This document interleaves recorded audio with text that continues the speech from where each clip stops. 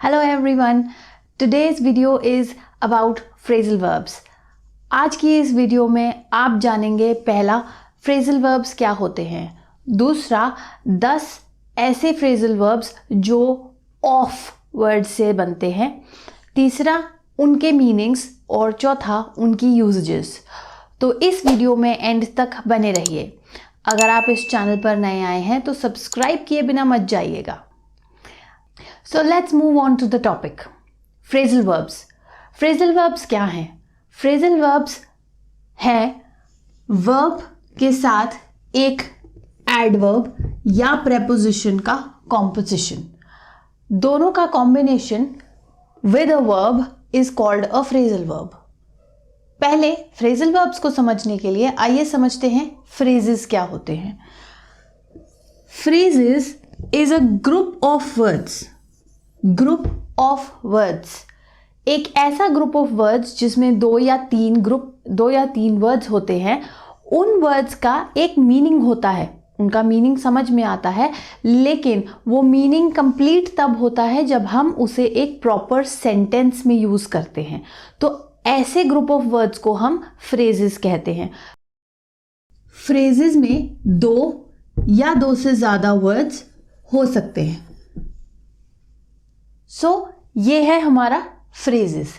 अब जब हम एक फ्रेज बनाते हैं और उस फ्रेज में हम एक वर्ब और उसके साथ एडवर्ब या फिर एक प्रेपोजिशन लेते हैं, वर्ब यानी कि एक्शन वर्ड जो हमें एक एक्शन के बारे में बताता है, एडवर्ब जो इसी एक्शन को आगे और डिस्क्राइब करता है, उसके बारे में और बताता है, और प्रेपोजिशन जो हमें एक पोजीशन बताता है या दो चीजों का कनेक्शन बताता है।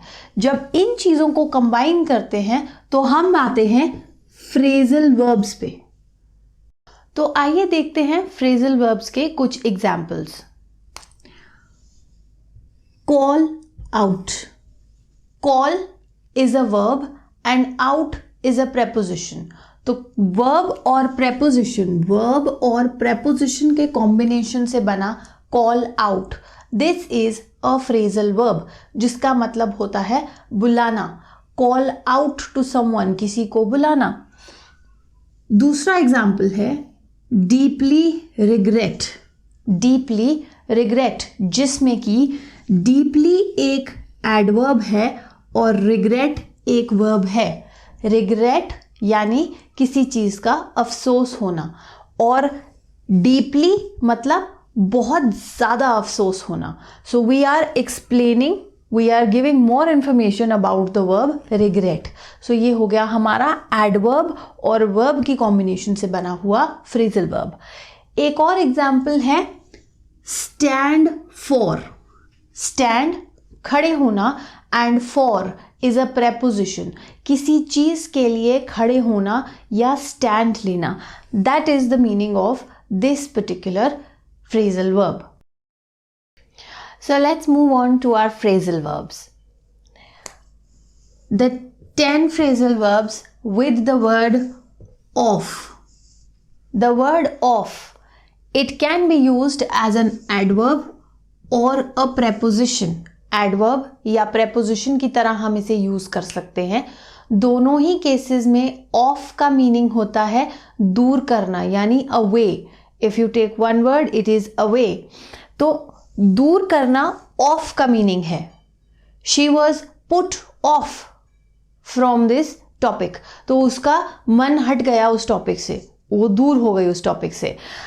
बट जब हम इस ऑफ को इन डिफरेंट फ्रेजल वर्ब्स में यूज करते हैं तो उसका अलग मीनिंग निकल कर आना जरूरी नहीं है।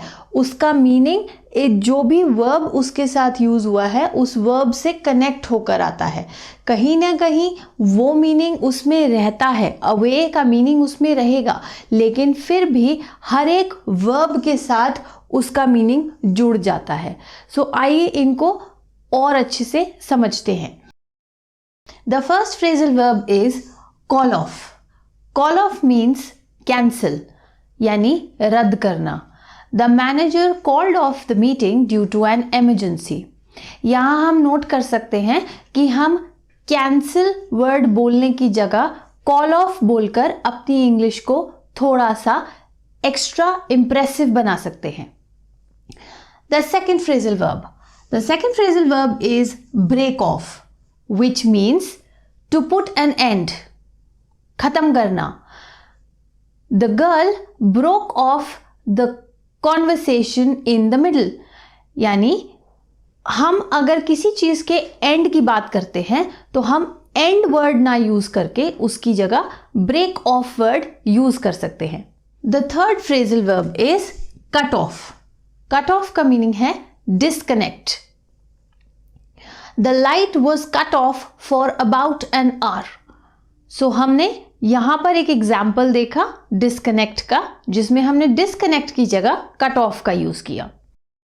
So moving on to our next phrasal verb. The next phrasal verb is lay off. Lay off means to dismiss someone. किसी को अपनी जॉब से या अपने पोजीशन से हटाना.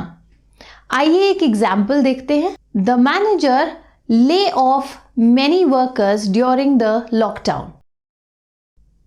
So let's move on to the fifth phrasal verb. The fifth phrasal verb is live off.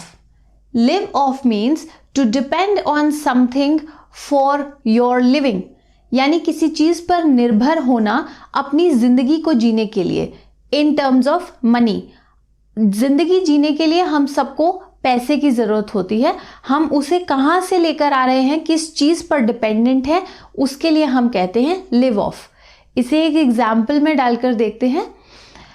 The farmer lives off his crop.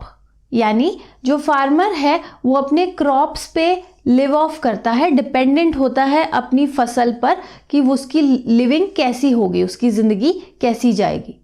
अगर आपने वीडियो यहाँ तक देखी है और आपको इससे कुछ सीखने को मिला है तो इसे लाइक ज़रूर कीजिए. नीचे कमेंट्स में हमें ज़रूर बताइए कि आप और किस टॉपिक पर वीडियो देखना चाहते हैं. हमारे चैनल को सब्सक्राइब ज़रूर कीजिए. So let's move on to our sixth phrasal verb.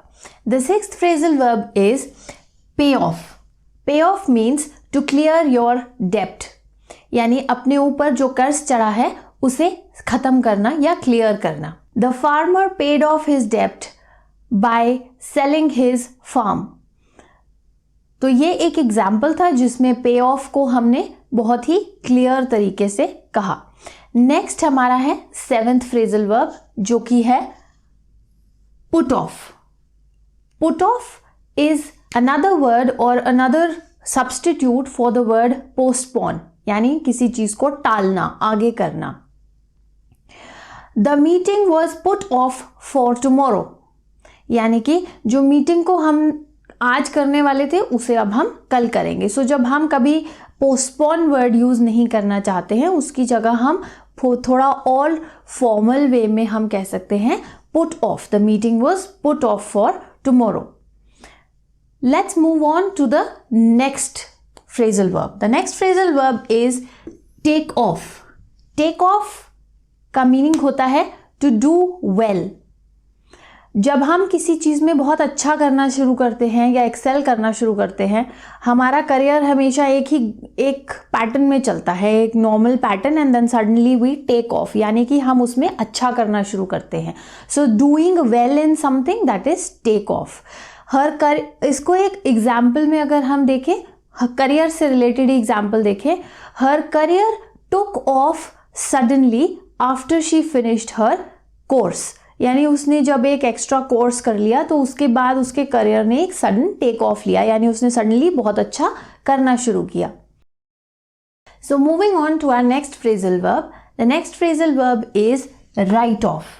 Right off का मीनिंग होता है टू एक्सेप्ट योर लॉसेस. ये एक फाइनेंशियल टर्म्स में यूज होने वाली टर्म है. इसको हम फाइनेंस से रिलेट करके यूज करते हैं. जब हमारी कंपनी को या हमें कोई लॉस होता है और हम उसे ओपनली एक्सेप्ट करते हैं तो we write it off. So let's take an example of it. The company has written off their losses openly in the newspaper. सो उन्होंने ओपनली न्यूज़पेपर में अपने लॉसेस को एक्सेप्ट कर लिया है, उसको रिटन ऑफ कर दिया है. So that is how we use write off. So moving on to the last phrasal verb of this video. The last phrasal verb is bring off. Bring of का मतलब होता है if you do something very nicely you bring it of, यानी आप जब successfully किसी काम को कंप्लीट करते हैं हम उसे ब्रिंग ऑफ करते हैं। The anchor was able to bring off the programme very well, यानी कि जो हमने प्रोग्राम का जो एंकर था उसने प्रोग्राम की एंडिंग बहुत सक्सेसफुली कर ली, सक्सेसफुली उसने पूरा प्रोग्राम कंडक्ट किया, so that would bring it of. Now यहां पर हम ब्रिंग ऑफ का यूज इस तरह से करते हैं। तो ये थे हमारे 10 phrasal verbs. Let me just repeat for you all. Phrasal verbs क्या होते हैं? फ्रेजल वर्ब्स होते हैं एक वर्ब और एक एडवर्ब या एक प्रेपोजिशन के कॉम्बिनेशन से बनने वाले वर्ब्स। वो हम एक पर्टिकुलर वर्ब की जगह पर यूज कर सकते हैं अपनी इंग्लिश को, अपनी स्पीकिंग को इफेक्टिव बनाने के लिए। If you have watched this video till here, please do like the video. Subscribe to our channel and share it with all your friends and family members. Till the next interesting video, this is me, Ishani, signing off.